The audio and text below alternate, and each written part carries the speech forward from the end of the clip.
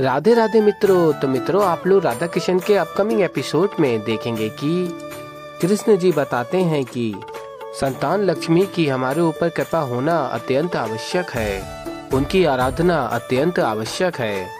और फिर तभी राधा कहती हैं, अभी तो ज्येष्ठा यहीं थी, कहाँ चली गई।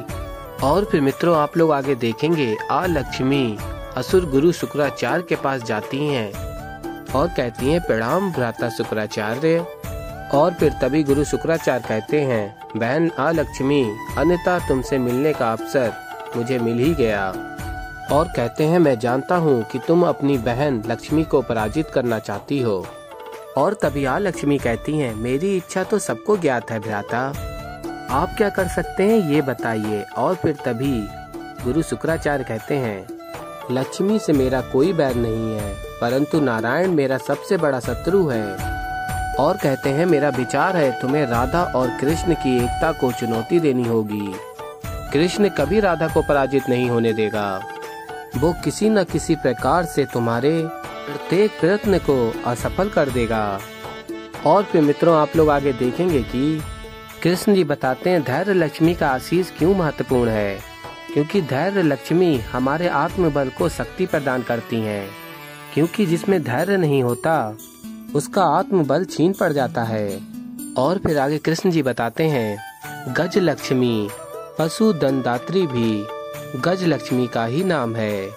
गज लक्ष्मी के आशीर्वाद से हमें पशु धन में अपार वृद्धि प्राप्त होती है। और फिर आगे बताते हैं कृष्ण जी, विजय लक्ष्मी विजय का प्रतीक है। और फिर बताते हैं कि केवल किसी प्रतिस्पर्धा में विजयी होना केवल ये विजय तो नहीं होती, वास्तविक विजय लक्ष्मी वो होती हैं जहां हम स्वयं की इंद्रियों पर विजय प्राप्त करते हैं। जो व्यक्ति स्वयं की इंद्रियों पर नियंत्रण रख पाता है उस पर आशीष होता है विजय लक्ष्मी का, तभी ये आशीर्वाद प्राप्त होता है। और फिर मित्रों, आप लोग आगे देखेंगे, गुरु शुक्राचार्य लक्ष्मी को बताते हैं, एक लक्ष्मी है जिसे जीतकर तुम सभी प्रकार की लक्ष्मियों पर विजय प्राप्त कर सकती हो। और फिर तभी लक्ष्मी कहती हैं, ऐसी कौन सी लक्ष्मी है। और फिर तभी गुरु शुक्राचार्य बताते हैं, विद्या लक्ष्मी, यदि तुम उस पर विजय प्राप्त कर लो तो तुम्हारी अन्य पराजय भी विजय में परिवर्तित हो जाएंगी। और फिर मित्रों, आप लोग आगे देखेंगे, गुरु शुक्राचार्य बताते हैं लक्ष्मी को कि ज्ञान से बहुमूल्य इस सृष्टि में और कुछ भी नहीं है। और फिर मित्रों, आप लोग आगे देखेंगे कि कृष्ण जी कहते हैं, अब हम कथा सुनेंगे अष्टलक्ष्मी के महत्वपूर्ण रूप के विषय में। एक ऐसा रूप है अष्टलक्ष्मी का, यदि हमारे जीवन में ना हो तो कोई रस ही नहीं रहेगा। मैं बात कर रहा हूँ उस देवी की जो ज्ञान, विज्ञान, कला और संगीत की देवी हैं। मैं बात कर रहा हूँ देवी विद्या लक्ष्मी की। और फिर आगे कहते हैं, अब सभी को इस कथा को ध्यान पूर्वक रूप से सुनना है, विशेष रूप से तुम्हें राधे। और तभी राधा कहती है, हाँ कृष्ण, अवश्य मैं भी विद्या लक्ष्मी की कथा सुनना चाहती हूँ। और फिर मित्रों, आप लोग आगे देखेंगे, श्री कृष्ण जी विद्या लक्ष्मी की कथा आरंभ करने ही जा रहे होते हैं, तभी लक्ष्मी आ जाती हैं और कहती हैं, कृष्ण एक क्षण रुकिए। और फिर तभी आप लोग आगे देखेंगे, लक्ष्मी कहती हैं, कृष्ण ने सभी लक्ष्मियों की कथा सुनाई है, किंतु विद्या लक्ष्मी की कथा अभी शेष है। और कहती हैं, कथा के मध्य थोड़ा और आनंद तो होना चाहिए ना। और फिर मित्रों, आप लोग आगे देखेंगे, लक्ष्मी कृष्ण जी से कहती हैं, क्यों ना कथा से पूर्व अपनी बांसुरी की मधुर धुन सुनाएं आप। और फिर मित्रों, आप लोग आगे देखेंगे, कृष्ण जी बांसुरी बजाते हैं लेकिन बांसुरी में धुन नहीं आती। और फिर तभी माता सरस्वती कहती हैं, ये क्या, कृष्ण बांसुरी बजाने में असमर्थ। और फिर तभी सभी लोग देखते हैं और आश्चर्यचकित रह जाते हैं। और फिर देवी पार्वती महादेव से कहती हैं, ये क्या महादेव। और फिर तभी महादेव कहते हैं, ये लक्ष्मी का प्रभाव है। और बताते हैं, विद्या लक्ष्मी पर विजय प्राप्त करने के लिए वो श्री कृष्ण की शक्तियों पर आक्रमण कर रही हैं। और फिर आप लोग आगे देखेंगे कि लक्ष्मी स्मरण करती हैं और कहती हैं, कृष्ण, अब तुम्हारी पराजय का समय आरंभ हो गया है। अब एक एक कर मैं अपनी सभी पराजय को विजय में बदल दूंगी।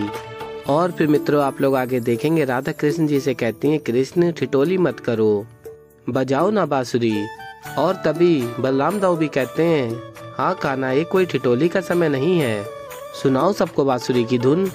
और फिर तभी राधा कहती है, कृष्ण लाओ अपनी बांसुरी, मैं भी देखूं क्यों नहीं बज रही है। और फिर तभी कृष्ण जी कहते हैं, मुझे लगता है मैं बांसुरी बजाना भूल चुका हूँ राधा। और फिर तभी लक्ष्मी राधा से कहती हैं, बड़ा विचित्र है राधा, तुम्हारे इतने निवेदन पर भी कृष्ण ने उपवास करना नहीं छोड़ा। और फिर तभी राधा कहती है, नहीं ज्येष्ठा, ये उपवास नहीं था, कृष्ण के नेत्रों को देखकर ऐसा नहीं लगा कि वो असत्य कह रहा है। और फिर तभी लक्ष्मी कहती हैं, किंतु ये कैसे संभव है राधा। और फिर आगे आप लोग देखेंगे लक्ष्मी अपनी शक्तियों से बांसुरी को काला कर देती हैं। और तभी राधा कहती हैं, ये कैसे संभव है, कृष्ण की बांसुरी काली कैसे पड़ सकती है। और फिर तभी लक्ष्मी कहती हैं, मुझे तो प्रतीत होता है कि किसी प्रकार का प्रकोप है राधा। और फिर मित्रों आप लोग आगे देखेंगे महादेव अत्यंत क्रोध में आ जाते हैं और कहते हैं, प्रकोप तो अब मेरा सहना होगा लक्ष्मी को, क्योंकि उसने श्री कृष्ण की बांसुरी पर अपना दुष्ट प्रभाव डालने का दुस्साहस किया है। और फिर तभी देवी पार्वती महादेव को रोकती हैं और कहती हैं, महादेव ऐसा मत कीजिए, क्रोधित मत होइए, आपको तो ज्ञात ही है इस समस्या का समाधान कोई पुरुष शक्ति नहीं कर सकती। और फिर मित्रों आप लोग आगे देखेंगे कि लक्ष्मी राधा से कहती हैं, हो ना हो तुमसे कोई भूल हुई है, उसी का प्रकोप है ये।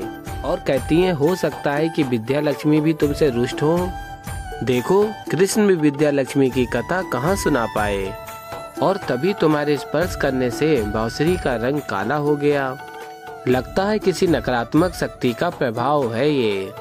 और तभी राधा कहती हैं, ज्येष्ठा आप कथा के समय कहाँ चली गई थी। और फिर मित्रों आप लोग आगे देखेंगे श्री कृष्ण जी कहते हैं, लक्ष्मी आज जहाँ भी पहुँची हैं अपने कर्म से पहुँची हैं, उसके हर एक कर्म का फल उसके पास लौट कर अवश्य आएगा, वही स्वयं के विनाश का कारण बनेगी दाऊ। और फिर आगे मित्रों आप लोग देखेंगे लक्ष्मी राधा को बताती हैं कि वो अति आवश्यक कार्य था मुझे। और तभी राधा कहती हैं, अष्ट लक्ष्मी की कथा से भी महत्वपूर्ण। और तभी लक्ष्मी कहती हैं, मेरे प्रेमी ने मेरे लिए संदेश भिजवाया था। और फिर तभी राधा कहती हैं, तो बताइए कब मिलने जा रही हैं अपने प्रेमी से। और फिर तभी लक्ष्मी कहती हैं, राधा भेंट का समय अभी निश्चित नहीं हुआ है। और फिर तभी राधा कहती है, किंतु ज्येष्ठा आपने मुझे वचन दिया था कि पूर्णिमा से पहले आप अपने प्रेमी से मुझे मिलवाएंगी। और फिर तभी लक्ष्मी कहती हैं, ठीक है मैं आज तुम्हें उनसे मिलवा दूंगी। और फिर आगे आप लोग देखेंगे लक्ष्मी कहती हैं, राधा धीरे धीरे सब भूलती जाएगी, यहाँ तक कि उसकी स्मृतियाँ नष्ट हो जाएंगी। तो ऐसे ही मित्रों आगे और भी बहुत कुछ देखने को मिलेगा। तो अभी के लिए इस वीडियो में इतना ही। तो मित्रों अगर आप लोगों को हमारी वीडियो पसंद आई हो तो वीडियो को कर दीजिएगा लाइक। और अगर अभी तक आप लोगों ने हमारे चैनल को सब्सक्राइब नहीं किया है तो चैनल को कर लीजिएगा सब्सक्राइब। मैं मिलता हूँ जल्दी आप लोगों को एक नई वीडियो के साथ। तो मित्रों तब तक के लिए राधे राधे।